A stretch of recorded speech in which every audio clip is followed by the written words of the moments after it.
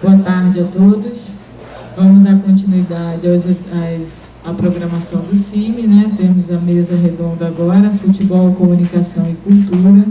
E eu tenho o prazer de chamar os palestrantes. Professor José Carlos Marques, professor graduado em Letras pela USP, tem mestrado em Comunicação e Semiótica pela PUC de São Paulo, doutorado em Ciências da Comunicação pela Escola de Comunicação e Artes, é líder do grupo de estudos em Comunicação Esportiva e Futebol e é professor do programa de pós-graduação em Comunicação da Unesp de Bauru. Seja bem-vindo, professor.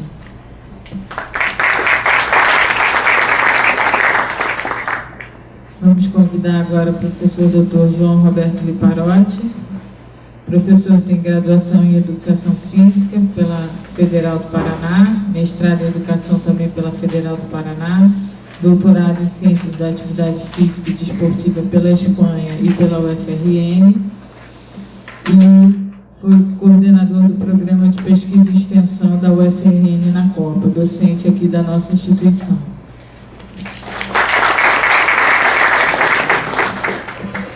Vamos chamar agora o terceiro palestrante, que é o professor Dr. Antônio de Pádua dos Santos.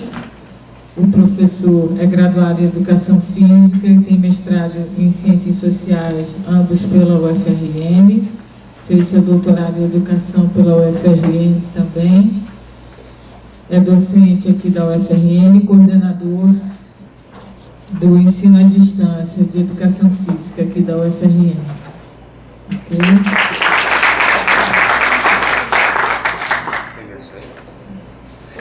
Primeiro, boa tarde, né, aos meus alunos, ex-alunos, né, colegas que estão aqui. E primeiro parabenizar também a Alisson pelo evento, né, pelo momento oportuno, né, de estar aqui discutindo um tema bastante atual, que é esporte. E aí, pelo que eu já vejo nessa mesa, e como eu vi de manhã, sobre ótimas diferentes, certo?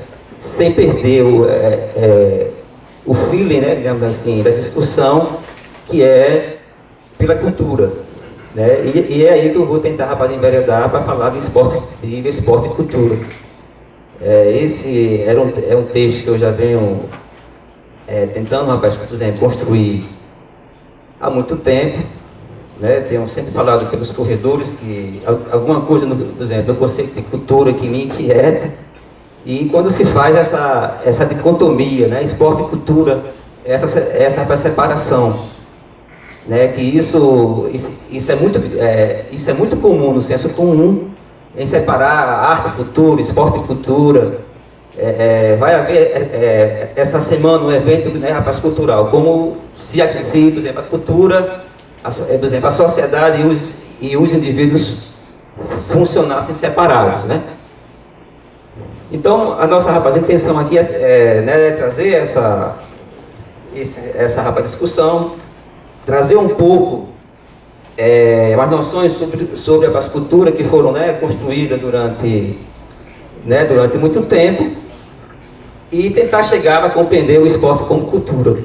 E aí, né, que é o tema aqui da mesa atual, o futebol, né? Então, para essa discussão, eu refiz algumas leituras clássicas, né? Entre elas do Bauman, né? Que está, né, começando a discutir agora o conceito de cultura, e eu já aponto que nesse conceito, né, de cultura do Bauman, que ele, rapaz, refaz, ele já diz que cultura é uma praxe, né? A cultura se está, né, por exemplo, na prática, é uma criação humana, tá certo? E também castoriadei sobre o conceito de imaginário radical, que também caminha nesse mesmo viés de pensar o ser humano não como uma determinação, né, mas como ente que cria e recria a sociedade, e criando e recriando a sociedade, ele também constrói, rapaz, cultura, e que essa cultura ela não é fixa, né, determinada para sempre. Em algum momento ela se torna fixa, depois ela pode se tornar indeterminada. E é essa leitura que eu vou trazer para a gente compreender isso. Bem, primeiramente eu já trago aí o que é cultura, né?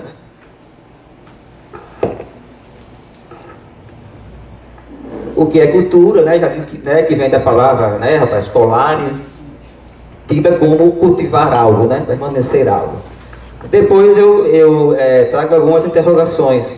Ato sociocultural histórico, né, natural, sagrado, imutável, construída, é uma coisa humana, né, rapaz, imutável. Temos o conceito de clássico, de cultura, que diz que o ser humano, ele é criado à vontade de Deus, né? Somos humanos, né, como somos, né, porque Deus nos criou. Esse é um conceito filosófico bastante antigo. Depois esse conceito de cultura, né, rapaz, avança, mas ainda, né, rapaz, arraigado na naturalização da sociedade, ou na naturalização do ser humano, né? Depois avança mais esse conceito aí, lá entre o século XVI e XVIII, começam os antropólogos a perceber que o humano, né, ele é diferente, né, nos seus diversos universos, né? Mas ainda voltando ao conceito clássico, né, ainda surge a separação, que é pessoas que têm culturas e pessoas que não têm cultura. Aí, o que, rapaz, ocorreu nas nossas colonizações, na América Latina, né, e pelo mundo, quando os europeus chegaram aqui. Os europeus chegaram por aqui. Quando viram, por exemplo, o índio nu, né? Esses são sujeitos sem cultura, não são cristãos, precisam ser civilizados. Aí também, rapaz, um outro conceito que é muito misturado com a de cultura, que é, rapaz, o conceito de civilidade. E no conceito clássico, o homem culto era o homem letrado, né? O homem que apreciava artes, o homem que, né, por exemplo, da dança clássica, que sabia apreciar artes e alguns bens culturais. Do outro lado, esses sujeitos não eram cultos, eram tidos sujeitos sem cultura. Até hoje é muito comum, né, quando a gente se dirige, rapaz, a alguém para, por exemplo, elogiá-lo, dizemos assim: fulano é culto, né? Nós da academia somos tidos como pessoas cultas, e o outro não é. Quer dizer, aí gera um etnocentrismo muito grande, de pensarmos a cultura do outro sobre, rapaz, o nosso olhar. E isso é um olhar, é uma herança europeia ainda. A partir do século XVIII, né, quando os antropólogos saem dos seus escritórios, né, e vão fazer pesquisa de campo, por exemplo, eles começam a perceber, entre eles Malinowski, né, Franz Boas e outros mais, eles começam a perceber que nessas culturas tido como simplesmente exóticas, que eram as culturas primitivas, ali existia algo que também tinha uma certa norma, né? Também igual às pessoas ditas civilizadas, que ali as pessoas também tinham um modo de vida, modo de viver. E aí eu digo que, né, afirmo, né, diante desses conceitos, que, rapaz, por exemplo, a cultura são formas de, né, rapaz, de viver, de forma de ser que os sujeitos criam para a sociedade. É evidente que esse, rapaz, conceito tem algo que a gente, né, rapaz, também pode pensar. O que os antropólogos ortodoxos pensam, mesmo considerando a cultura como forma de vida e maneira de viver, eles também colocam o sujeito numa certa determinação em dizer que isso é uma coisa que se perpetua, né, perpetua na sociedade, né, que a cultura parece que ela, rapaz, não muda. Aí vem sempre aquela questão de ainda pensarmos a cultura como tradição que não se renova. E hoje as lutas das pessoas que militam no campo da cultura têm esse paradoxo de pensar a cultura como uma coisa fixa, né, como uma norma que não permite a subversão para, rapaz, a criação. E aí eu já eu já começo a pensar do que eu coloquei no final desses slides aí. Porque, por exemplo, que foi, rapaz, o futebol, né? O futebol lá no século, né, 14, 15 e 16, que era uma prática, por exemplo, né, vivenciadas nas ruas inglesas, por exemplo, né, estritamente violenta, que não se jogava 11 contra 11, muitas vezes cidades contra cidades, e isso durava semanas a partida de futebol, por exemplo. Extremamente violenta, né? O rugby, né? O boxe. O que era o boxe? Né? Operários que saíam das fábricas iam, né, juntavam um monte de gente, iam ver duas pessoas lutarem até morrer, por exemplo. Né? Não tinha essa regra. Que depois isso dentro do conceito de processo civilizatório, foi criado regras. Essas práticas foram trazidas para as escolas. O palco não era mais a rua. Depois foram, final do século XIX, início do século XX, né? E aí, rapaz, o Bourdieu é bastante, né, rapaz, lustro nisso. Isso passa a ser, até o que nós, por exemplo, podemos chamar hoje de mega eventos, né? Surgem os grandes eventos esportivos, os grandes campos de futebol, os grandes estádios para se jogar, rapaz, basquete, né? O tufo não é mais praticado na rua, ele é trazido para os clubes, né? O boxe sai daquela forma, né, rapaz, de rua para o ringue. E aí são criadas regras, normas, né? Que naquele momento ele foi, rapaz, importante, né? Diante do que se pensava como uma cultura violenta, que era do homem dito como homem civilizado, né, que nem a carta do rapaz Erasmo de Roterdã deu conta, quando, né, é criada para as boas maneiras. Cria-se, né, o homem esportivo, e aí o rapaz esporte segue, rapaz, o seu processo nem sempre é civilizado. Hoje, por exemplo, diante dessa diversidade esportiva, eu sempre vejo assim, o esporte foi importante, né, para um determinado momento histórico e cultural, tido como rapaz, um aparato capaz de fazer a civilidade, para alguns o fair play, mas hoje né, me parece que o processo civilizatório não deu conta de estancar essa violência.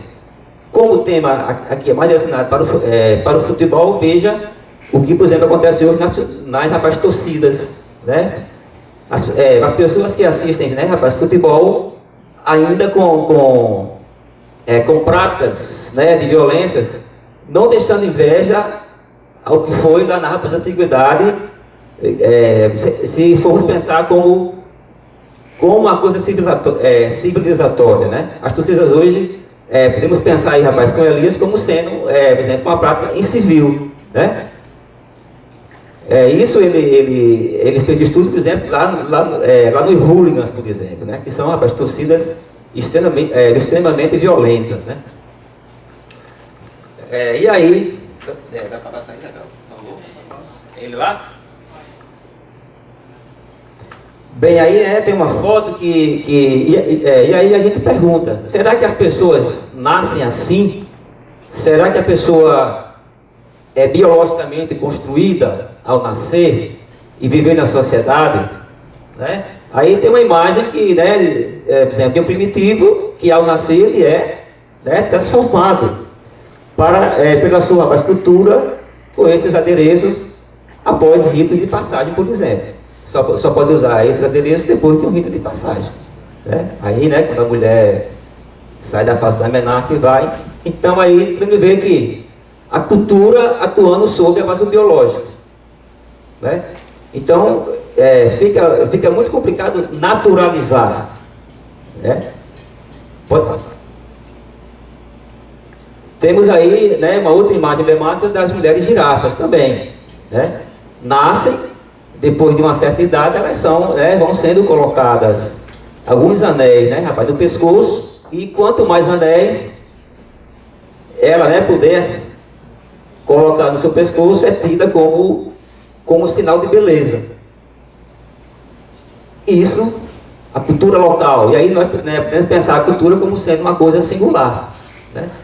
De algumas comunidades, né? E de alguns sujeitos também. Não pensar a cultura de forma mais universal, né? Hoje a gente, os antropólogos têm essa né, compreensão que é difícil pensar hoje a cultura, né, de forma mais universal. As determinações biológicas, né, que eu já falei, que eu não consigo acompanhar os slides, não. Eu vou falando, já estou lá na frente, não consigo ler nada do que eu, né, rapaz, marquei aqui, e eu vou conversando, né? Então, falando do sociobiologismo, tem uma ala terrível, né, do sociobiologismo que já afirma que questões de pobreza, por exemplo, é questão genética, né? Esquecem os aparatos sociais que são, rapaz, impostos sobre determinadas, né, pessoas, né? Esquecem que toda a questão econômica que estão aí, né, de discriminação de negros, né, de índios e etc. Então, para essa ala, para esse defensor, por exemplo, da cultura, a pessoa já nasce. É um dever ser, né? Se ele tem um gene da pobreza, vai ser pobre a vida toda. E tem muita gente que, por exemplo, acredita nisso, investindo aí, né? Pouca coisa não. A religião, né? Nem todo mundo é religioso, mas parte por exemplo, das pessoas são aprendidas da cultura da religião. Isso é uma foto lá da festa de Santana de Caicó. E é muito comum nessas festas, vocês estão vendo ali, né, um carro de som com o nome de um político, né? Os caras pedem os carros e vai, né, para carregar a santa, né? Isso é muito tradicional, né, da cidade de Nerva, do interior. Nessas horas a igreja não quer saber de bandeira, né? Quer saber do quem, rapaz, apoia. Mas aí, rapaz, um retrato de uma outra cultura dentro dessa diversidade que nós temos de culturas. Não só a esportiva, mas a religiosa também, né, faz parte dessa diversidade, né? E aí a gente afirma que nem todo mundo é religioso, nem todo mundo vai para uma festa dessa, né? Senão seríamos todos iguais, né? Por exemplo, marionete de um processo, né, fadado a sermos iguais, gêmeos, almas gêmeas, né? Mas isso nós não somos, até porque tem questões subjetivas nisso, né? Os dados objetivos não dão mais conta, né, de falar sobre cultura, né? De falar sobre cultura, por exemplo, a questão, né, só capitalista, por exemplo, né? Não dá conta. Aí é uma outra manifestação, né, cultural, que é da parada gay, né? Milhares de pessoas aí, parece que esse ano deu quase 4 milhões de pessoas, né? Aí um jogo de futebol, né? Uma torcida aí, desse rapaz emaranhado, né, rapaz, de pessoas, o que faz com que as pessoas tomem isso como uma forma de ser, como estilo de vida também. E isso por um aparato cultural. Ninguém nasce torcedor de futebol. Quando nascemos, nossos pais sempre bateram na cabecinha, né? Não seja isso, não faça isso. Meu time é o Flamengo, viu? Já dá logo uma camisetazinha, né? Hoje já se vende até fraldas, né, com Flamengo, Corinthians, Fluminense. E ainda tem gente que diz, está no sangue, né? Fulano nasceu flamenguista porque está no sangue, né? Esquece todo o aparato externo, né? Quando rapaz, nascemos, todos os dias ouvindo aquilo e dizendo, seja assim, né? Não faça isso, né? E é de sério. E aí, né, uma missa também lá na festa de Santana, né, quer dizer, movido pela cultura, rapaz, religiosa.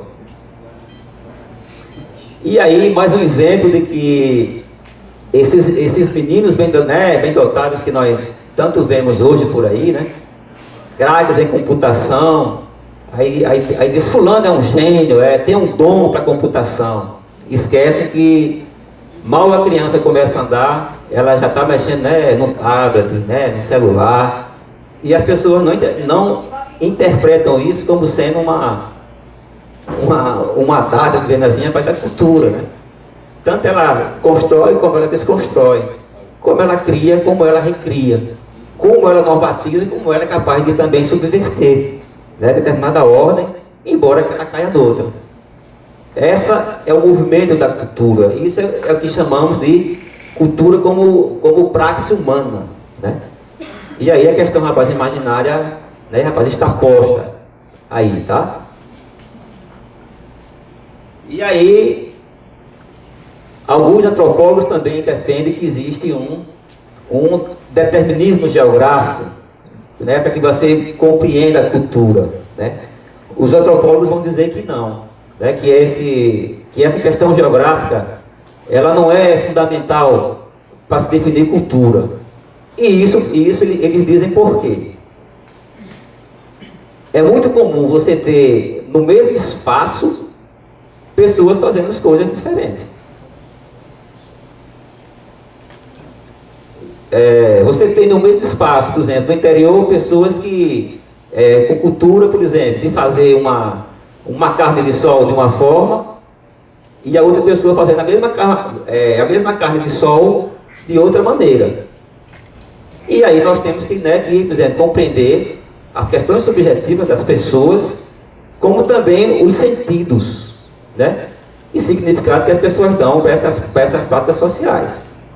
Existem, por exemplo, no campo da alimentação, diversas formas de se fazer paçoca.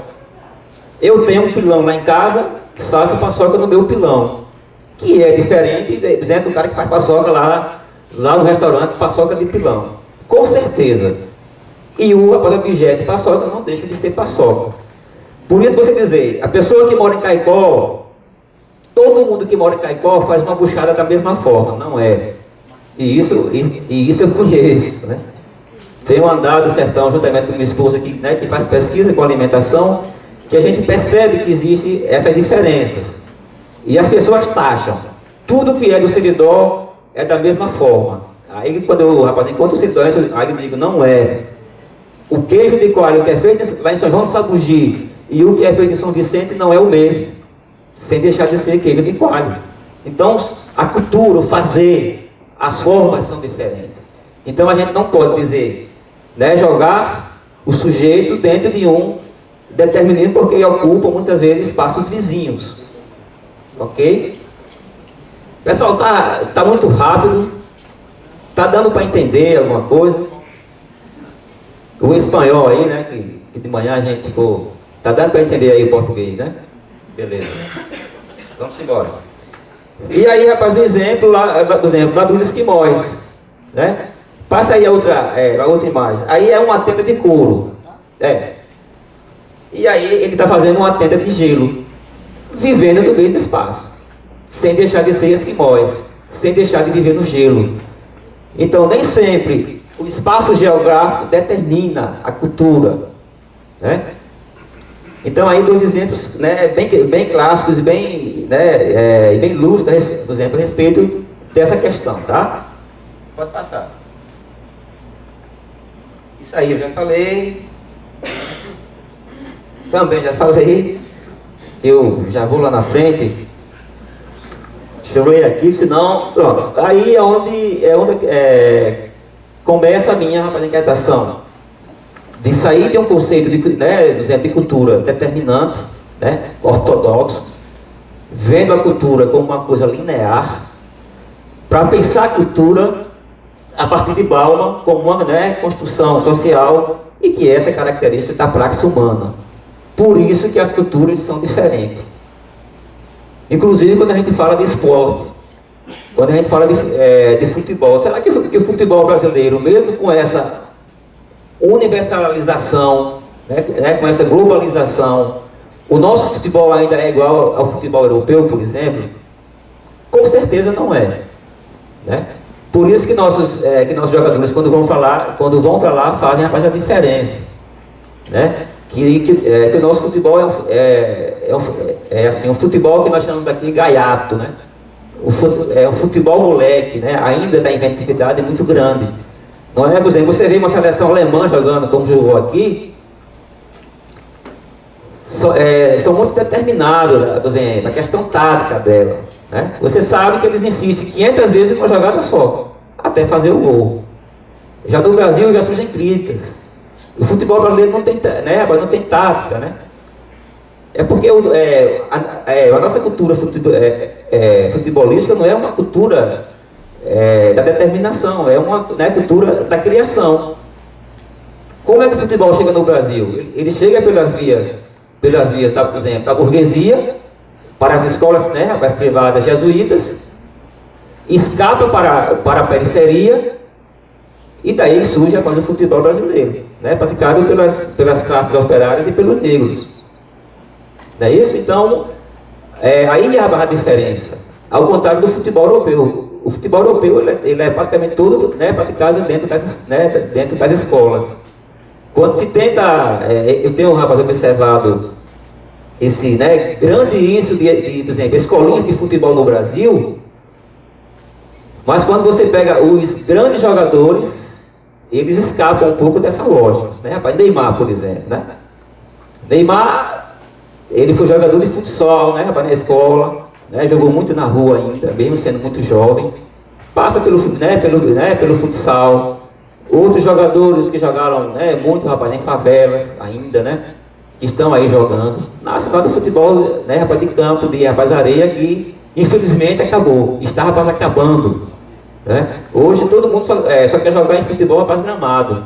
Até, rapaz, no interior que, não, né, que nem água tem para se beber, quanto mais para, por exemplo, alimentar um campo de futebol, rapaz, gramado. As pessoas não querem mais jogar em futebol de areia, ou em campo de areia. É incrível como a cultura, né, transforma também os sentidos da coisa, né? E o futebol não escapou a isso, não. Né? Aí a festa, né? Uma festa de santo também lá na Bahia, né? Que fala dessa né, a realidade criada através da cultura, da religião, que é uma outra festa. Se formos compararmos com a festa de Santana, lá em Caicó é diferente, né? Nas suas estruturas. Talvez se mantenha a questão da fé, mas no modo de fazer a cultura é diferente.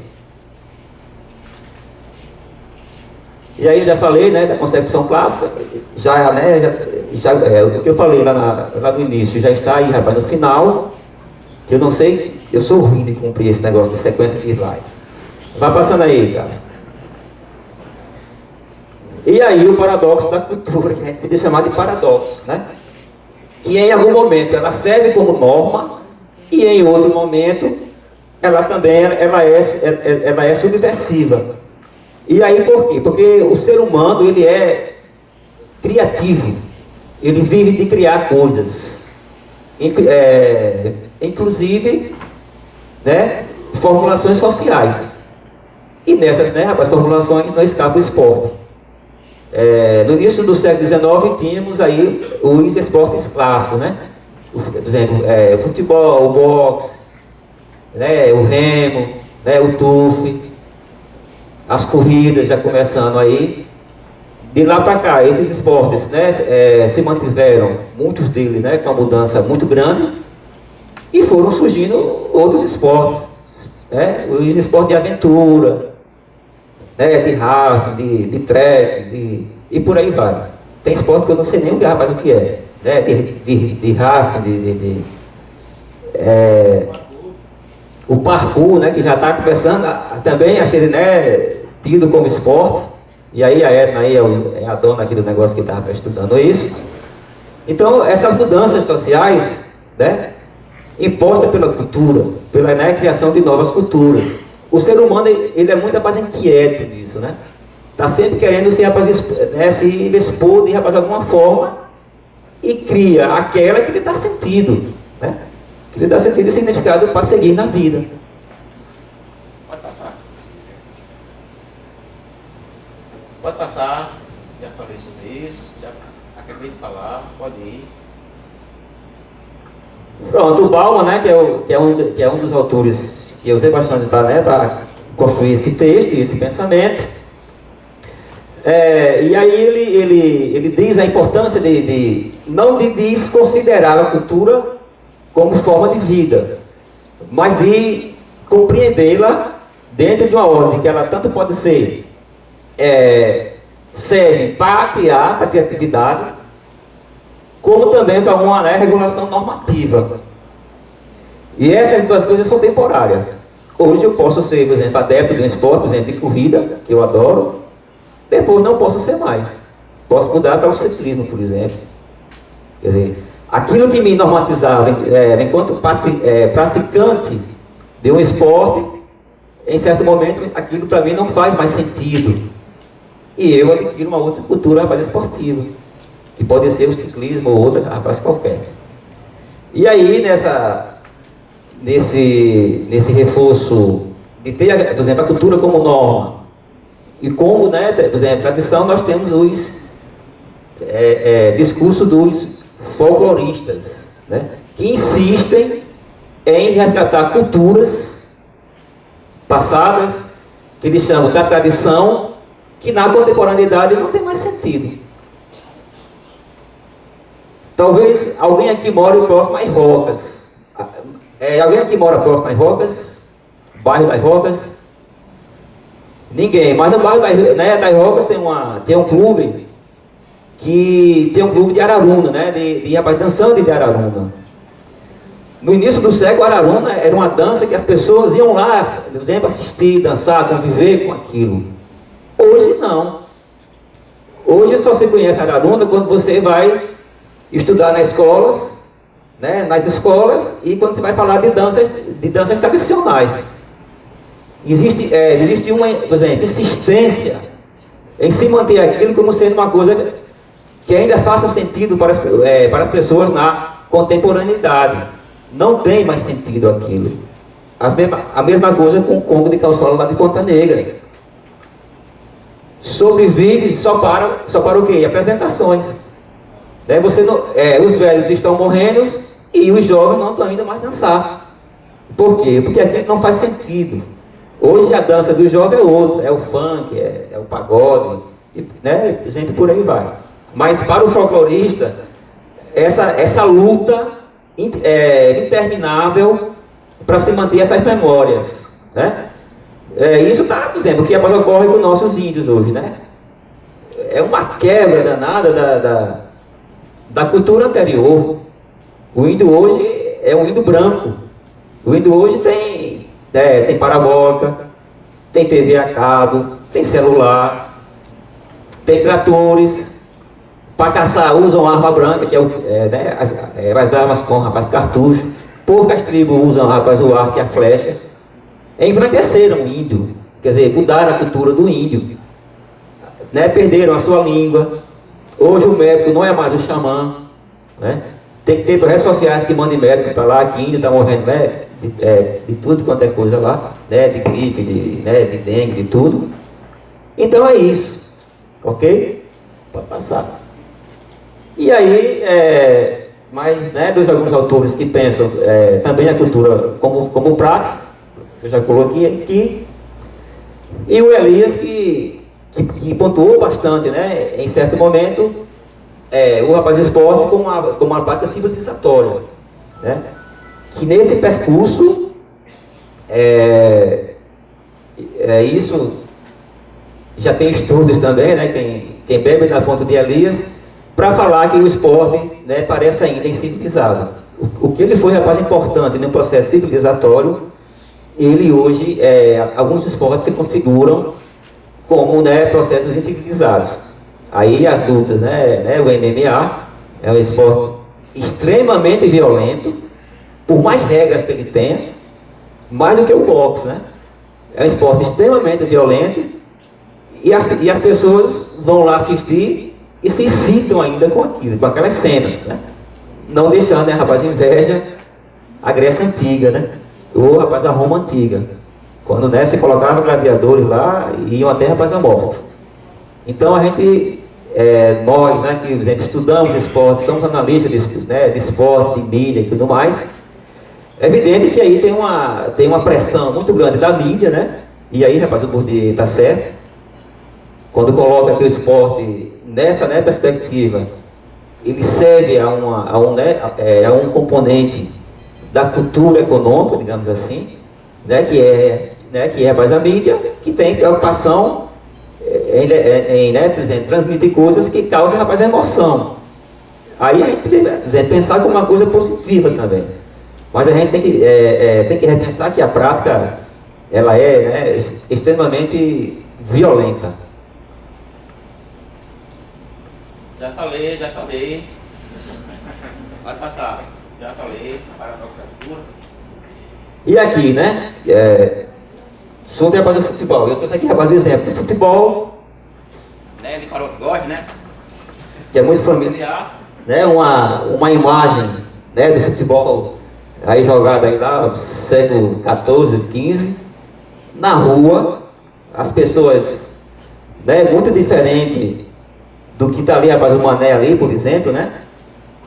Jogava aí cidade contra cidade, né, rapaz, a violência, rapaz, imensa. Aqui eu trago uma amostra do que era ainda, né? Um campo mais ou menos de areia e tal, né? As vestimentas são, né, totalmente diferentes. Não tem arquibancada, quer dizer, as arquibancadas não são como são hoje, né? As grandes arenas. Olha só a bola, né? Como era, né? Aí pesava o que? Não sei nem quantos quilos pesava uma bola dessa. E a chuteira, não é chuteira, era uma bota, né? Que se jogava. E aí, para a gente compreender como o futebol chegou depois do Mané, da década de 50 para cá, até os dias atuais, né? Que se tornou, por si só, o futebol é um mega evento, né, que eu diria singular, né? Que sempre junta grandes torcidas, né? Como o basquete americano, como, por exemplo, futebol americano, são sempre grandes eventos, né? As corridas de rua também, né? Hoje, por exemplo, a corrida de maratona, você vê aí 30 mil, 40 mil pessoas participando, né? Tem uma grande maratona lá, né, lá de Barcelona também, que já junta muita gente. E o outro esporte clássico inglês, né, que depois proliferou-se pelo mundo, rapaz, o rugby. Também era um esporte extremamente violento. Veja só se vemos isso aqui, o tamanho do campo. Era uma rua inteira, né? Uma praça inteira que se jogava uma partida de rapaz rugby. Processo civilizatório, com a mudança de cultura, passou por ali, ó, e ali joga, né, nos grandes estádios. O boxe, que começa, né, como uma prática, né, rapaz, de rua, vai pro ringue aqui, né, a famosa luta do Cassius Clay com George Foreman, né, que tem agora 50 anos, que ele volta a lutar depois que ele rejeita aí para a guerra, né, do Vietnã, e disseram, né, Cassius Clay acabou como lutador, e ele volta, né, já com um grande adversário aí e ganha a luta, né? E o boxe, que era feito na rua, passa a ser feito no ringue, entre as 4 linhas. E surge nesse, né, para cursos novas lutas. Novo tipo de lutas. Aí, rapaz, um MMA. Que é, né, jogado, que essa luta acontece num octágono, né? E aí, para a gente ver como essa mobilidade da cultura também atinge o esporte, né? O esporte, ele não, por exemplo, futebol, ele mudou sem deixar de ser futebol. Mas a questão de ele ser hoje como ele teve um impulso cultural muito grande sobre o futebol e sobre os outros esportes. Bem, gente, o que eu tinha de início para falar para vocês era isso. E numa discussão a gente tenta, né, falar mais alguma coisa, caso eu saiba, né?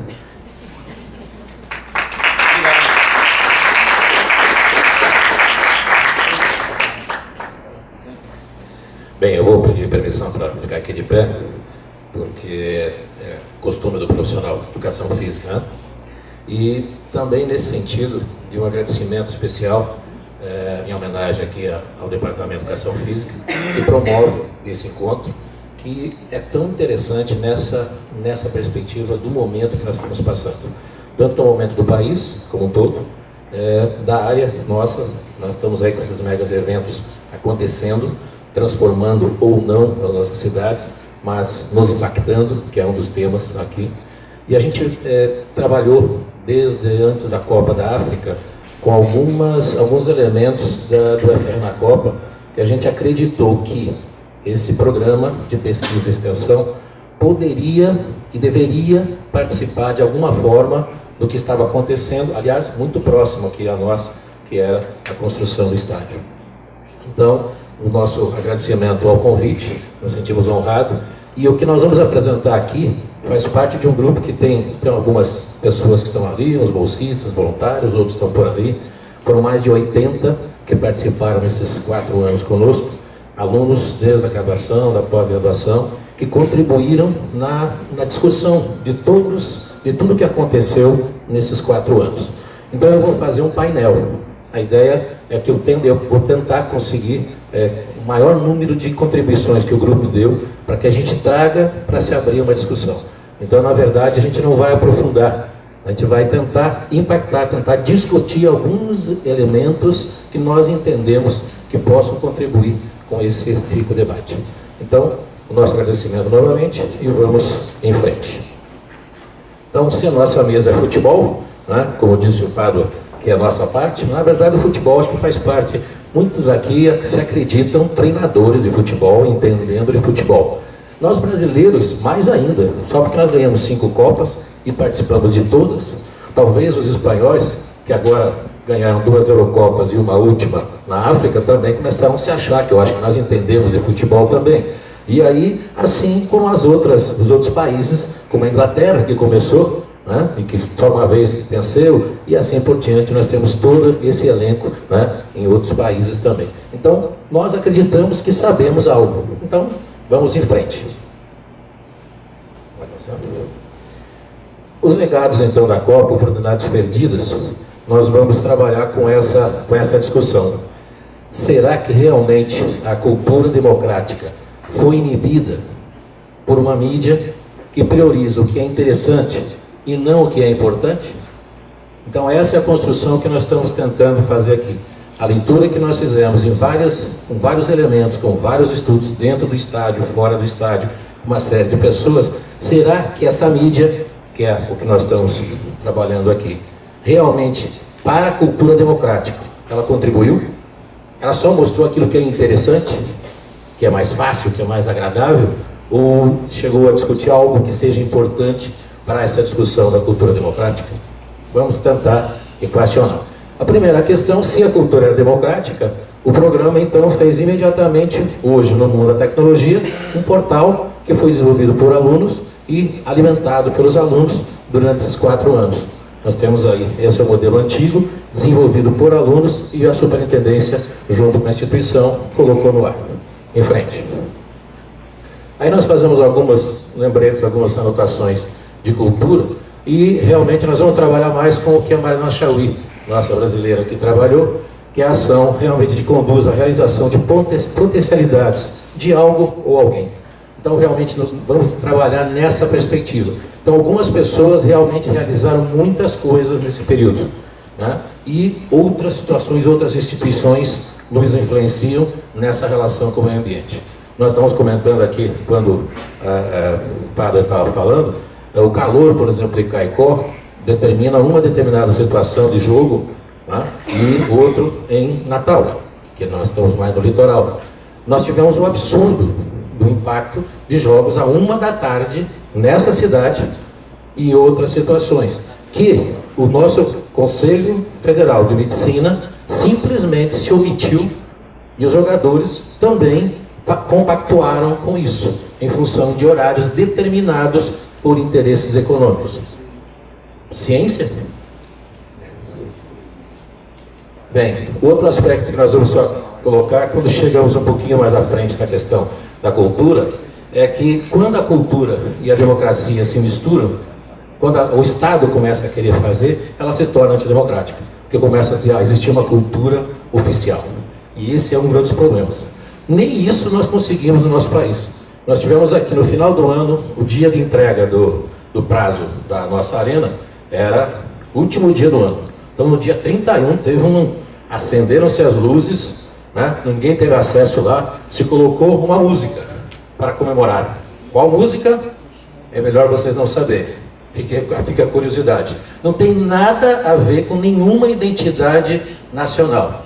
Né? Quem conhece, alguém gostaria de falar qual foi o absurdo que fizeram naquela noite, de dia 31, quando iluminaram aqui em Natal a música que representou a passagem de ano e entrega oficial da Arena das Dunas em Natal? Alguém lembra? Como? Não. A música de Michael Jackson. Acredite se quiser. Em frente. Então tem uma relação só também que nós queremos discutir aqui a partir de agora, que é o fascínio do poder. Nós entendemos que esse fascínio do poder econômico ou poder político vai gerar uma série de relações a partir de agora no nosso encontro aqui. E aí nós vamos fazer essa discussão da comunicação. Nós tivemos alguma oportunidade de trabalhar há alguns anos na TV universitária, que é a pioneira aqui da cidade, e que tinha dentro da sua ética pública, não tem mais, não queiram assisti-la, né? Porque a discussão era exatamente o que deveria e para quem estava servindo essa informação. Né? Por ser uma TV pública e universitária, ela tinha uma série de compromissos além do que as outras. O único compromisso que não havia era o econômico, até porque é proibida o patrocínio econômico. Né? E que bom nesse sentido. Quer dizer, é realmente a função do Estado como concessão nessa dimensão. Pasmem, com os eventos, mega eventos esportivos surgindo, a questão dos clubes aqui da cidade indo para o Campeonato Brasileiro Série B, boas participações, né? um campeão de Série C, o programa é retirado do ar. Um programa que era desenvolvido totalmente. Haviam 13 programas, na época, 13, produção local. Era a TV que mais produzia algo em relação à sua própria identidade. Isso foi retirado. Se eu não me engano, ficaram 4 ou 5 daquele modelo. Agora, uma semana antes da Copa, se retornou um programa com algumas pessoas tentando resgatar. Era um programa de 10 anos, e ali a gente aprendeu muito nessa discussão. Porque para quem e o que se discutiria num programa de esporte, numa TV pública. Então a relação da mídia ficou muito clara. Pessoas, por exemplo, traziam informações do que o jogador tinha feito durante a noite com alguém, e não o que acontecia no jogo. E a análise do jogo, quem não falava era alguém que conhecia esporte. Todo mundo se achava, e a discussão maior era qual a polêmica que nós deveríamos causar, o que nós precisaríamos impactar o público para aprender. E aí começam pessoas a fazer teatro da pior espécie. Um falando, se alguém fala alguma coisa, outro já contraria, e começa a discussão como se fosse 2 torcedores ali na frente. E é assustador como essas coisas são todas planejadas intencionalmente. Então é crime realmente mais sério do que a gente pensa. Não aconteceu, as pessoas são. E hoje nós temos pouco jornalismo esportivo. Nós temos muito merchandising, ou quase só merchandising. Nós tivemos, por exemplo, assistindo junto com as grandes equipes aqui nesse período, os comentaristas só recebem, e os cinegrafistas, aqueles jogadores que são patrocinados ou receberam o jabá para as certas imagens. Então, certos jogadores só são citados e só são... Percebam que na seleção brasileira, nos últimos anos, tem jogador que nunca apareceu na televisão.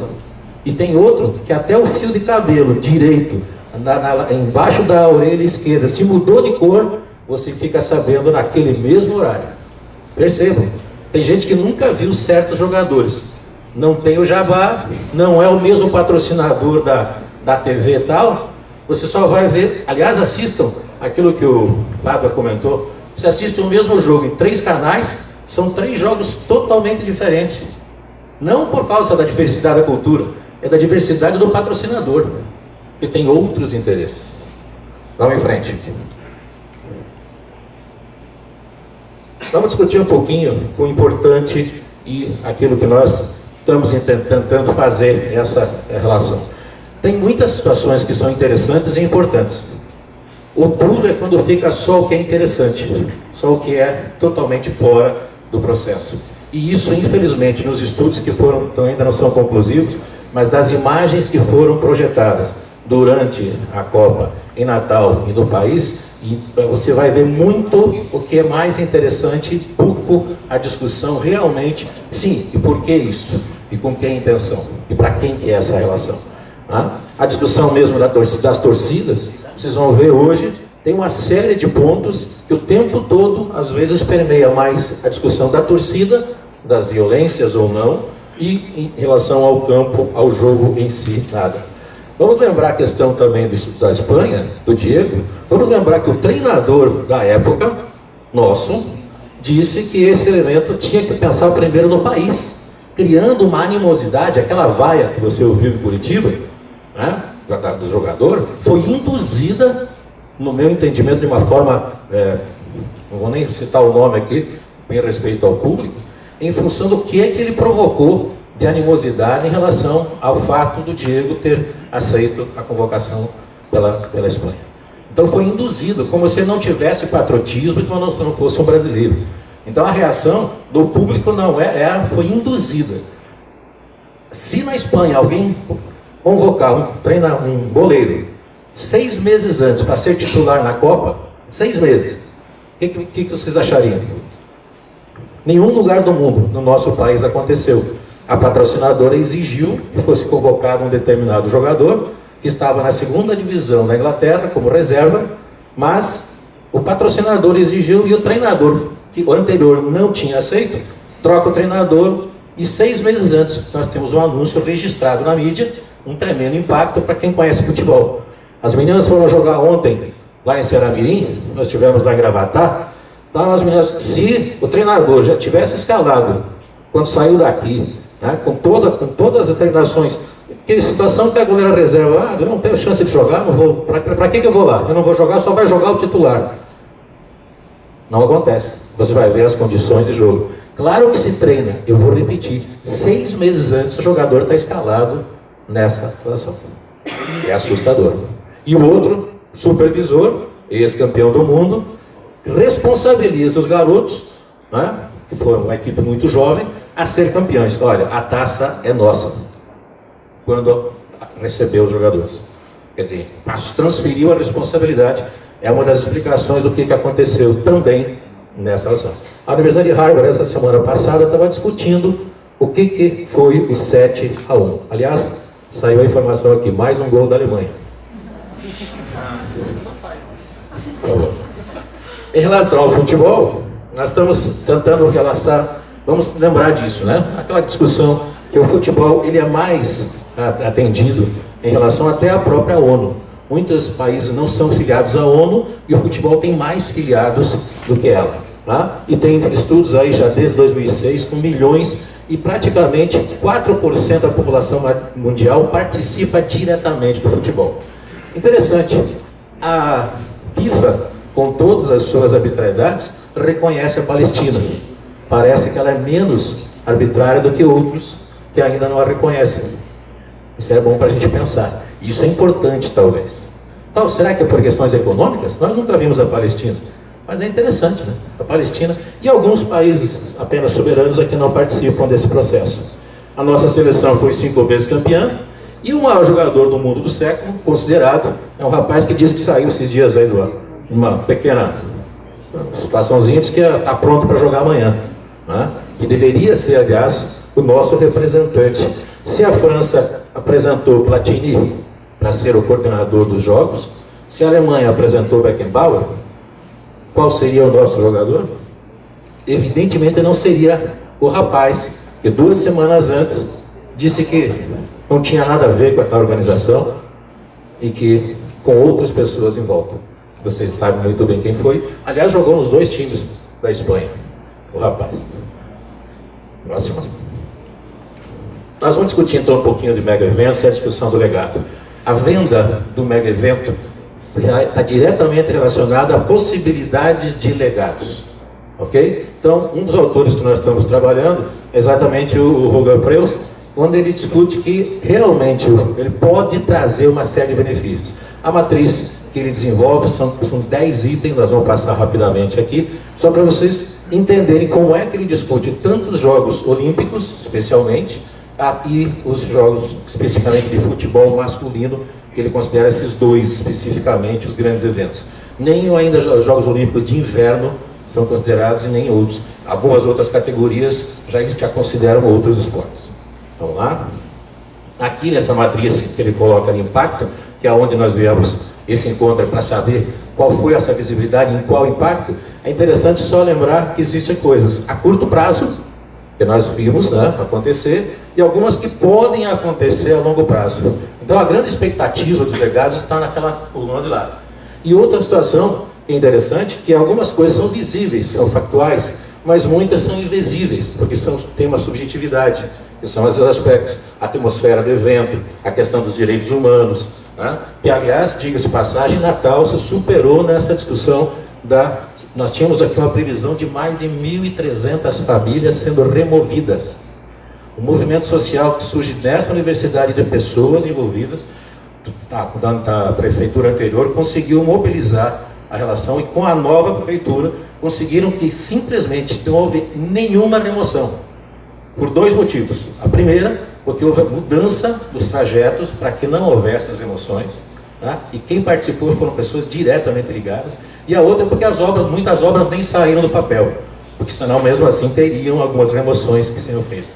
Talvez ainda vão existir na área do aeroporto novo. Por quê? A questão de zona de ruído, onde ficou o espaço, que inclusive quem for passar por ali, se cobrarem a taxa de embarque, peçam de volta, eles não podem cobrar. Existem mais de 12 itens que não está concluído o aeroporto. Então ninguém pode cobrar taxa de embarque ali. Se eles cobrarem, pode pegar de volta, porque está ilegal, o Ministério Público já assinaram um termo de conduta a respeito disso. Não vou falar as outras coisas para não assustar, senão ninguém viaja mais lá. Eu já não viajo mais. Sugiro a todos viajar de Recife ou João Pessoa. É mais barato, tá? E bem mais seguro. Continuando, fazer a explicação clara aqui. Quem não sabe, a torre de comando do novo aeroporto ainda é a de Parnamirim, do Augusto Severo, porque não está concluída as instalações. Isso não é nenhum problema em termos tecnológicos hoje. Nós estamos com drones descendo de um país, matando gente em outro país. Né? Isso nós sabemos. Okay? Então, em termos tecnológicos, isso não é nada extraordinário, mas realmente, talvez eles vão pedir para trocar agora, vão sair de Recife, viu? Se prepare, ou Fortaleza. Eu levo com segurança. Vamos em frente. Algumas pessoas alegaram que não tiveram muito tempo. Será que 7 anos? 7 anos, 2007, quando foi anunciado. 7 anos, não houve condição de fazer um planejamento e um cronograma de execução? Então, nós temos ainda esse binário, que é aquele lado, que sequer ainda, quem está para aquela área lá sabe o que está acontecendo. E ainda não começou as chuvas, né? Quando começarem as chuvas, nós vamos ter muitos problemas nessa área. Tá? Muitos problemas. Então, cuidado, as obras ainda estão absolutamente, mais de 70% das obras de Natal não aconteceram, por enquanto. Então, 7 anos não foram possíveis para certos planejamentos. Então, talvez aonde nós precisamos investir realmente em termos profissionais. Em questão do aeroporto, quando vocês vieram, vocês perceberam que vocês talvez saíram pela lateral, não perceberam. Quando vocês voltarem, vocês vão ver que tem um aterro para sair, se forem para o Ceará Mirim, tem um aterro e está tudo quase pronto, sendo perdido, porque simplesmente a empresa, em julho, abandonou, foi embora. Então você tem que chegar em Ceará Mirim, faz um tremendo de um balão e está lá toda a preparação de um viaduto, aguardando. A empresa Infraero também, que está... Infraero não, desculpa. A empresa que está tocando o aeroporto, está devendo para todos os fornecedores desde 1º de janeiro e deve de Brasília também. Então, a empresa provavelmente vai ter problemas. Já está tendo. Vamos em frente? Essas obras, então, confirmando, quem tiver interesse, está aí o artigo, foi publicado recentemente num jornal que não é da turma, né, que não é daqueles que são dos outros, então eles divulgaram, pode em frente. Aqui, algumas das contribuições que nós fizemos em relação ao esporte. Vejam, o esporte, nós comentamos aqui que 48 horas, 72 horas hoje são necessárias para a recuperação. até a citação, né? Não é apenas um macarrão, um carboidrato que vai recuperar um atleta de um dia para o outro. Os jogos universitários brasileiros de futebol são feitos todos os dias. Segunda joga a terça, quarta, quinta e vai até o sábado. Esse ano nós sofremos essa situação. Nós passamos em alguns campeonatos, fizemos na primeira fase, perdemos. Agora, esse ano nós fomos até a final. Nós jogamos todos os dias da semana. É impossível uma recuperação, obviamente física, técnica, minimamente fisiológica, com todos os suplementos nutricionais que hoje são avançados, com todos os cuidados, é impossível uma recuperação. Então fizemos em 2012, quando vimos isso em 2011 lá em São Paulo, fizemos uma proposta de alterar esse processo, né? Porque o bom senso, que é um movimento aqui brasileiro, está dizendo que é impossível jogar domingo, quarta, domingo sempre, tem que dar, às vezes, dar uma semana. Os jogadores estão reivindicando isso. Se é impossível jogar 3 partidas por semana, imagine todos os dias. Então, as propostas foram surgindo e foi se levado ao fórum. Estamos em 2014, ainda não aconteceu nada. Em frente. Uma das situações também que nós verificamos foi a discussão especificamente, tanto com duas situações que nós vimos aqui. Nós, descendentes de europeus que estamos convivendo aqui no Brasil, basicamente, quando viemos para cá, os nossos ancestrais reduziram um povo indígena que estava aqui. Nós somos chamados de potiguares, porque somos comedores de camarão, ok? Só que nós não encontramos mais potiguares na nossa terra.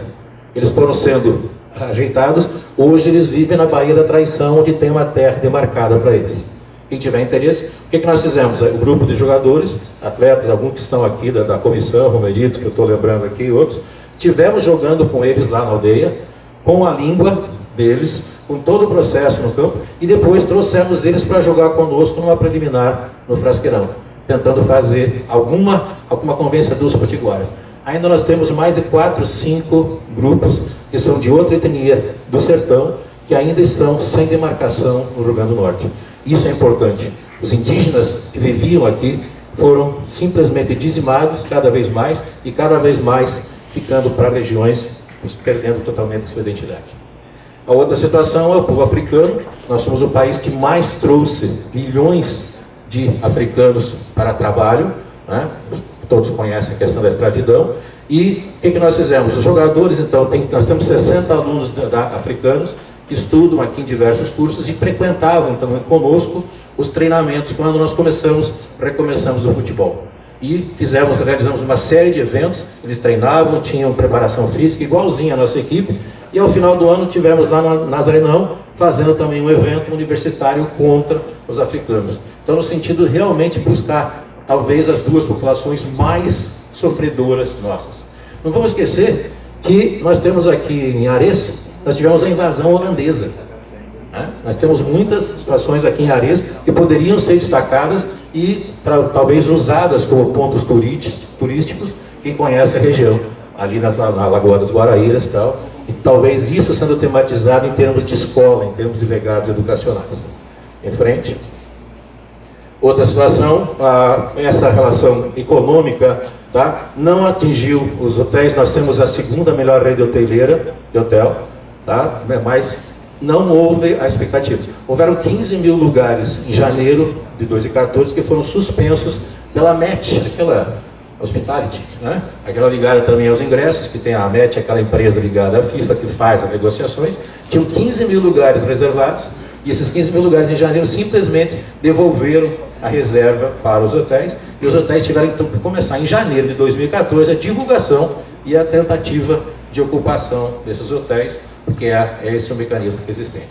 Então, quem tiver interesse, diga-se passagem, tinha goteira num dos hotéis colocados. Teve um jogador até africano que falou e teve problemas depois. A situação também de como é que está as discussões econômicas, tá? Somente então 45% das obras é que foram entregues, né, até a Copa do Mundo, e a discussão do valor que seria não dinheiro público. Existem cálculos que consideram a discussão do próprio BNDES como empréstimo, também com quase 83,6% de dinheiro público sendo colocado. Tá? Existem discussões a respeito disso, e esse dinheiro vai ser devolvido, porque é um empréstimo de um banco de desenvolvimento nacional. Mas esse material do Jogo Sujo é muito interessante, porque ele traz uma série de dados. Quem tiver interesse de descobrir realmente como funcionam essas relações, é muito fácil de descobrir. Próxima. Ok. Para quem conhece um pouquinho do que aconteceu nos ingressos, tá? Quem tentou comprar ingressos, tem muita gente que não conseguiu nenhum. Tem gente que conseguiu 4. Por quê? Porque muitos desses ingressos estavam na mão de pessoas. O que foi registrado pela polícia do Rio de Janeiro foi 3 pessoas, ex-jogadores, o Jairzinho e o Carlos Roberto, os 2 do Botafogo, o Jairzinho que jogou a Copa do Mundo e que tem jogadores inclusive na Espanha hoje, né? Ele é empresário, um dos empresários foi do Ronaldo, ele também, e o Dunga participando tal. Não é à toa que ele parece que voltou para a seleção, ouvi dizer. Né? Então, porque ele está no Copacabana Palace, ele recebeu uma série de vantagens, né, para que ficasse realmente à disposição. Então, não se iludam, o sistema já estava discutido. E as 2 pessoas que foram presas com mais 30, foi tudo registrado, essas fotos são de pessoas que se filtraram, já estão liberadas, e os 2 já estão liberados pelo Ministério Público, já estão fora do país de volta. Um é na Inglaterra e o outro é a Argentina. Em frente. Vamos lá.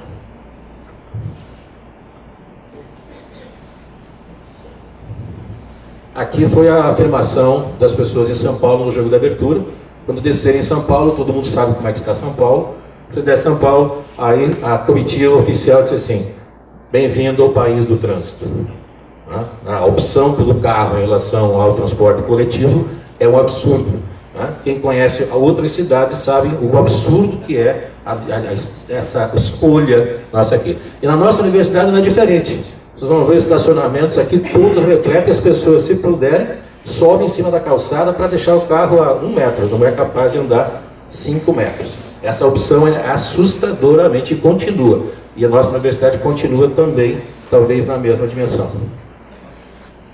Em relação à segurança, aqui eu trouxe uma charge, porque houve um investimento interessante. Se algo funcionou nesse país na Copa, podemos dizer, a segurança, aquilo que foi comentado, nos grandes, nos mega eventos, nenhum problema como em Atlanta, não aconteceu nada, com toda aquela situação, inclusive não aconteceu nada, mas houve uma explosão lá numa praça, um atentado, etc. Mesmo assim, aqui não aconteceu isso. E essa universidade, inclusive, foi interessantíssima, porque nós estávamos no raio da Copa do Mundo e nem a Magnífica podia entrar aqui, porque como vinha as delegações, nós estávamos no raio, e nós não podíamos participar. Nós mesmo tínhamos um evento marcado para o dia seguinte da Copa do Mundo aqui, um evento internacional, e fomos deslocados para uma outra área, porque também estava vindo o vice-presidente dos Estados Unidos que desceu e ficou aqui nessa área. Então os treinamentos também aconteceram aqui. Então simplesmente aquilo que se discute, será que foi perdida a soberania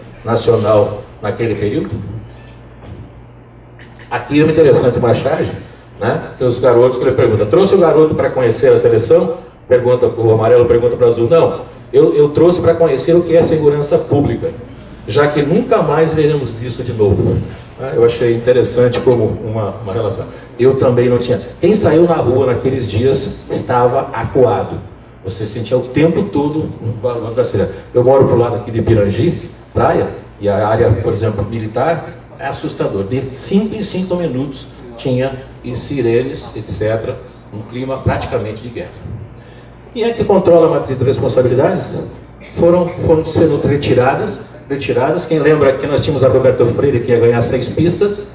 Entre o Natal e o Ano Novo, no ano anterior, a nossa governadora, junto com o seu staff, esperou entre o Natal e o Ano Novo, foi até Brasília e tirou do PAC da Copa e transferiu para que não acontecesse. Uma obra, inclusive, seria faraônica e com uma série de impactos ambientais. Até foi bom que não aconteceu da forma que estava previsto. Mas, independente disso, a forma que foi feita novamente. Quem controla? Quem é que teve multa para as empresas que não entregaram no período? Na área de telecomunicações também, nós tivemos alguns avanços, né? Só que 39% apenas na época da Copa que já tinham sido desembolsados. Então tem muita gente que está para receber o que fez.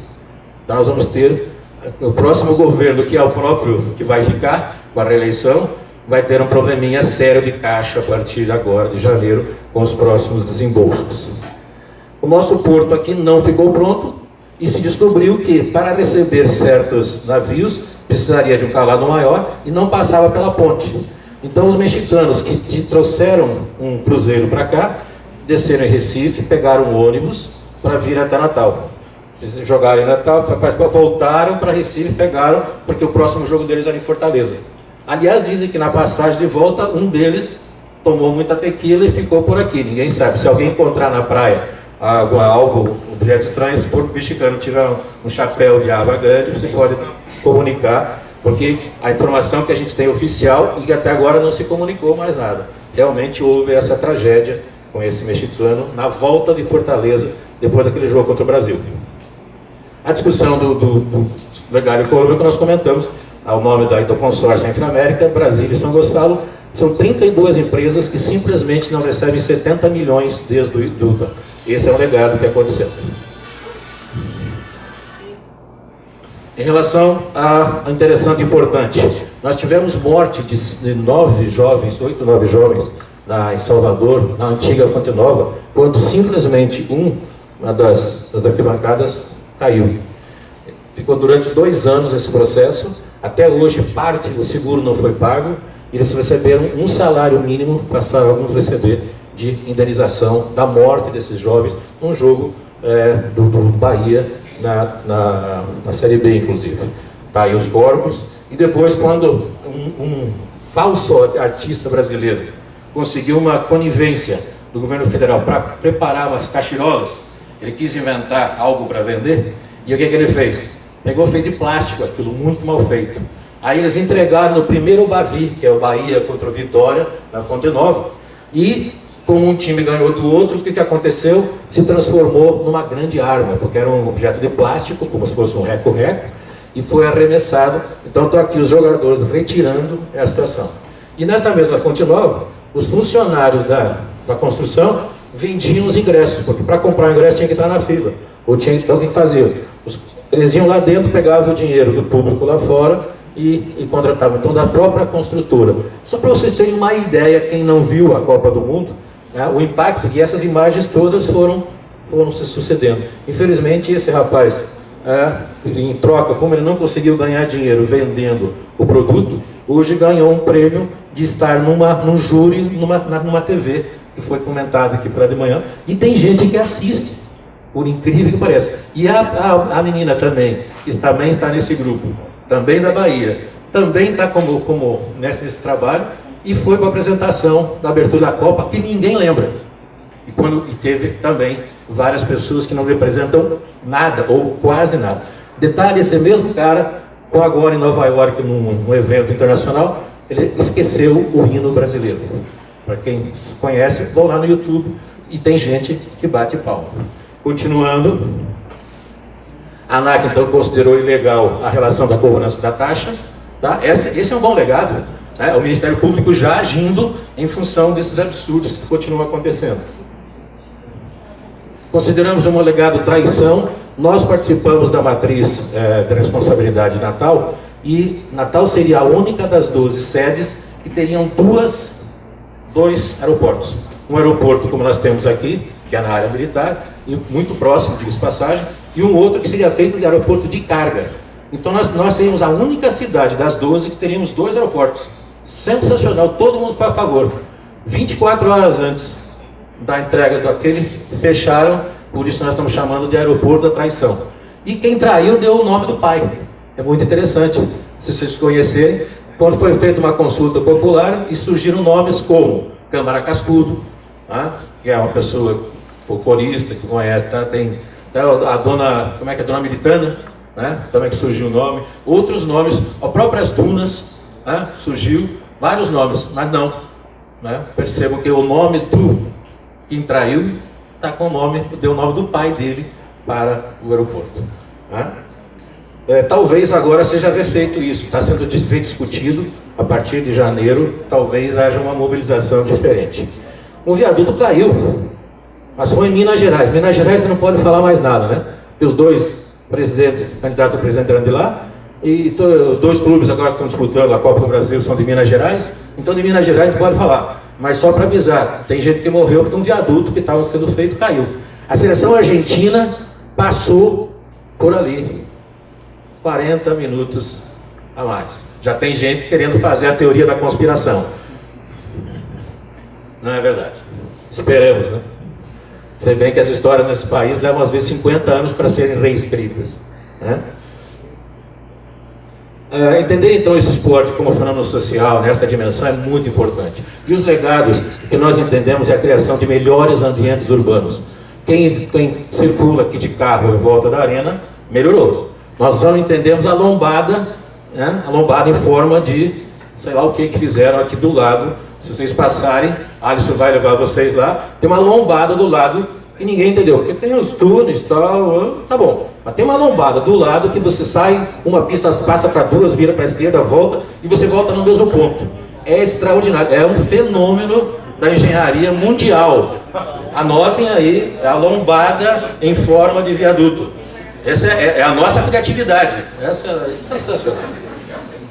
Aqui está, enfim, a nossa dimensão. A infraestrutura urbana, o urbanista lá por Rogel Preus, ele trabalha e faz pesos do que seria importante para uma cidade, né? Então ele dá peso 10. O legado econômico, social, educacional, ambiental, esportivo, cultural, turismo e hospitalidade, o político e o conhecimento, né? E tecnologia. Esse, concordo com a abertura hoje, esse é um legado de conhecimento.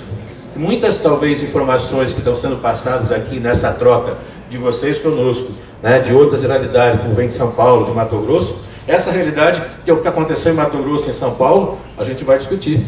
Né? Aquela imagem da polícia batendo nos jornalistas na abertura da Copa não apareceu na nossa mídia, só apareceu internacional. E mais, observem lá, os repórteres, tem uma comunidade que é os repórteres democráticos, eles denunciam, mas é em locais fechados. O Observatório da Imprensa mostra isso com bastante clareza. Nós estamos classificando esses processos. O duro é que não houve transparência, então a gente não tem acesso ao quantitativo desses dados. Então, aquilo que foi prometido como transparente, até hoje nós não temos informações concretas. Então, vai ser muito difícil a gente conseguir fazer essa, tá? Porque os órgãos que deveriam estar apresentando, alguns apresentam, outros nem tanto, e tem uma classificação. Enfim, foi ruim, satisfatório, bom, excelente, os legados da Copa. O imposto para os trabalhadores brasileiros que trabalharam para as empresas foi contado, tanto fundo de garantia, como todas as leis sociais que um brasileiro que trabalhou com uma empresa da FIFA pagou. Eles, todos que vieram aqui, foram isentados. Muitos talvez também não soubessem disso.